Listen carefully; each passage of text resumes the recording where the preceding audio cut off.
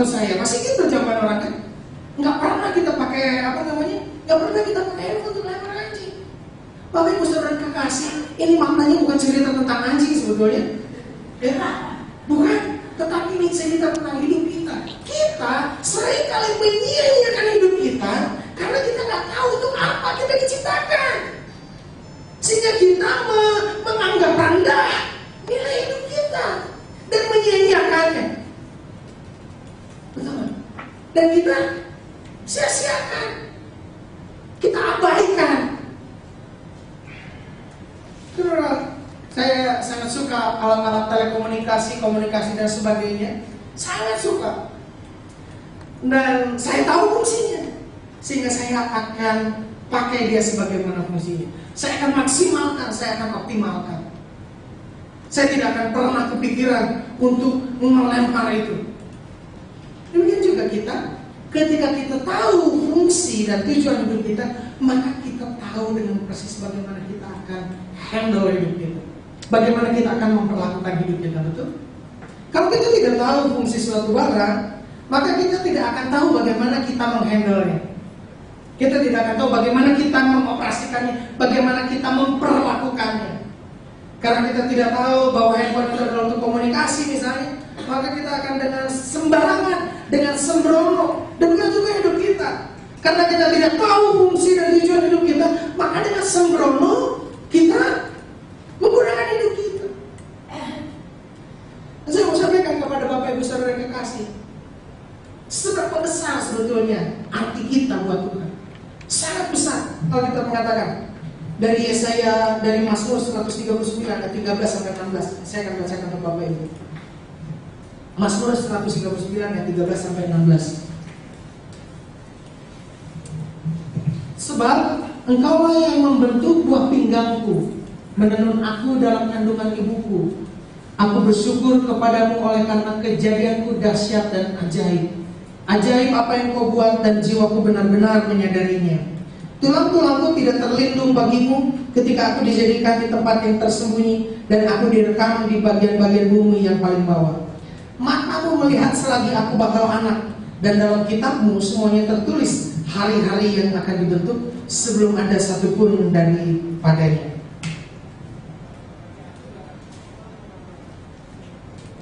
Ayat 16 menyebutkan matamu melihat selagi aku bakalan anak. Jadi sebelum kita ada, Tuhan melihat kita. Dan dalam kitabmu semuanya tertulis. Perhatikan baik-baik Bapak Ibu yang kasih. Dan dalam kitabmu semuanya tertulis. Kita baca sama-sama boleh? Apa? Hari-hari yang akan dibentuk. Lalu sebelum ada satupun dari matamu melihat selagi aku bakal anak, dan dalam kitabmu semuanya tertulis, semuanya tidak ada yang tidak. Hari-hari yang akan dibentuk sebelum ada satupun daripadanya. Entah itu hari baik, entah itu hari buruk, entah itu hari yang bikin bete, semuanya dengan detail Tuhan telah tahu. Semuanya tertulis. Sudah tahu? Itu hanya ditulis oleh orang, oleh pribadi yang sangat mengasihi kita. Kalau nggak mengasihi kita, ngapain ditulis? Sudah tahu, saudara kalau belajar kepada ibu yang baru melahirkan, mereka tulis kapan mau mama, kapan mulai bisa tengkurap. Untuk yang umum, udah penting banget sih, betul nggak? Tengkurap aja ditulisnya. Bapak Ibu Saudara kekasih, untuk seorang ibu dengan detail, dia udah mulai tengkurap. Dulu ada iklannya, anak udah bisa berdiri. Semuanya menjadi momen-momen yang penting. Itu hanya dipahami, itu hanya dilakukan oleh pribadi yang betul-betul mengasihi. Tanpa itu nggak penting. Nggak penting. Saya cerita misalnya sama seseorang di angkot gitu ya, atau saya ketemu di kereta terus saya bilang, tahu nggak anak saya udah bisa berdiri loh, terus dia bilang, gue pikirin, betul kan? Nggak penting buat dia, tetapi buat saya penting sekali. Waktu kami memperhatikan anak kami yang nomor 2, dia itu susah banget kembali. Saya mau berapa susah banget kembali. Enggak balik-balik itu kita prihatin gitu, ini gimana, ini normal atau ada masalah gitu. Sampai terus kemudian akhirnya dia bisa balik sudut gitu. Saya perhatikan baik-baik bahwa tentang balik kita ini, tentang sudah mengerti maksudnya, bahwa momen-momen di dalam hidup kita itu sedang dinanti-nantikan oleh Tuhan pribadi yang mengasihi kita. Kalau saudara ibadah kita tadi seperti bayi belum bisa balik, Tuhan kan, ini kapan baliknya gitu ya. Sambil mikir-mikir gimana caranya. Karena ini bukan hanya masalah dibantuin. Anak saya waktu yang nomor 2 ini belum bisa ngebalik, nggak bisa dibantu. Iya memang kalau dibantu dia masih ngebalik juga, tetapi dia tidak akan pernah bisa seperti itu lagi besok-besoknya. Saya ngerti maksudnya. Jadi disebutkan firman Tuhan menyebutkan bahwa mata Tuhan melihat semua kita selagi kita masih bakal anak, belum ada. Dan semua hari-hari, saudara pernah tulis diari? Biasanya anak gadis yang menulis seperti ini. Biasanya tulis diari. Hari ini saya begini. Diariku, wah kan gitu kan biasanya.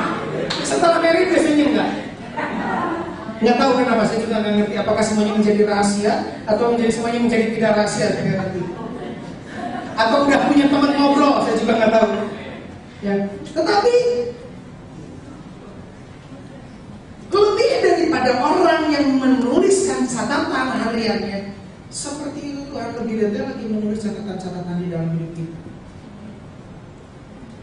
Ya Bapak Ibu Saudara yang kekasih, Tuhan sangat memerlukan kita, dan bagi Tuhan kita sangat-sangat berarti. Suatu waktu saya pernah membaca suatu tulisan seperti ini.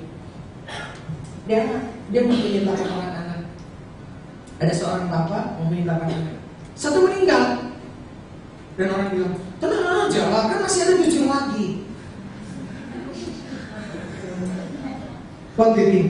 Menurut Bapak Ibu Saudara gimana? Saudara yang punya anak lebih paham tentang hal seperti ini. Nggak bisa, betul? Tidak bisa.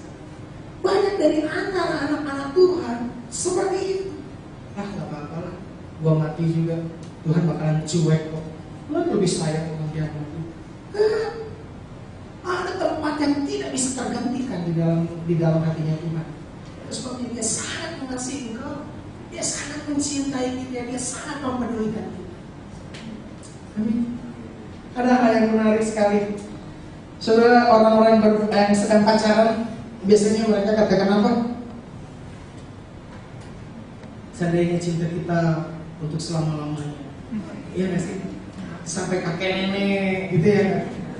Gitu kan? Makanya mau tukeran cincin kan? Kalau nggak juga kan tekor, ya kan? Mau saya kasih ini, karena ini kan kita untuk selama-lamanya. Dalam hubungan orang yang saling mengasihi, mereka selalu menyebutkan untuk berbicara tentang selama-lamanya, enggak? Kalau untuk orang saling membenci, kalau bisa nggak ketemu deh biasa. Ya nggak? Saudara ketemu dosen yang saudara nggak suka, saudara ketemu dengan atasan atau dengan tetangga aja. Gue sebel banget sama tetangga, kalau bisa nggak pernah dilihat ataupun dilihat. Masuk ke dalam, masuk di luar, gitu ya. Ya. Tetapi kalau dengan orang yang kita kasihi, ya berarti seperti itu ya. Kita akan berbicara betapa kita ingin dengan dia, betul? Dan kita sebut untuk selama-lamanya. Dan saudara tahu, itu yang Tuhan lakukan. Dia katakan bahwa Tuhan menciptakan kita di dalam kekekalan. Saudara tahu untuk apa? Karena dia mengasihi kita. Kalau dia tidak mengasihi kita, dia akan katakan, udah deh 70 tahun aja deh. Ini udah top, markotok katanya. Udah maksimal buat saya. Buat saya udah gak bisa lagi, lebih lama lagi dari itu. Kita yang benar, Bapak Ibu Saudara terkasih. Dia menciptakan kita di dalam kekekalan, untuk kita hidup di dalam kekekalan, karena kita sangat berarti bagi dia. Terus saya ulang, Bapak Ibu. Dia menciptakan kita di dalam kekekalan, karena bagi dia kita sangat berarti. Kalau kita nggak berarti itu tadi, udah 20 tahun aja kamu tak matiin, udah gitu, udah mati hilang, nggak ada apa-apa ya. Nggak, Bapak Ibu Saudara.